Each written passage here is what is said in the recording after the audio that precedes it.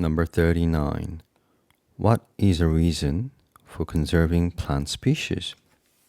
That's a good question. Why do we need to conserve plant species? Is it to absorb oxygen from the air? Absolutely not.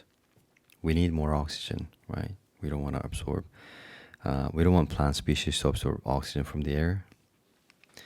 That's gonna be disastrous.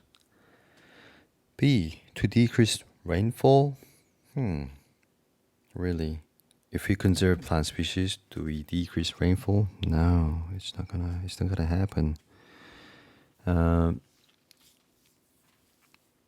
It's not going to decrease rainfall. It can actually increase the rainfall because more plant species, more transpiration, more precipitation, and more rain, right? Because plant species will give out the water vapor by transpiration, and then by condensation they become clouds, and clouds will cause raining or snowing as well. So nope, absolutely not. C, to obtain drugs for medicinal use? Yes. If we have many species, then many species can produce many stuff that we don't have, right? There are some medicinal substances that are produced by plants.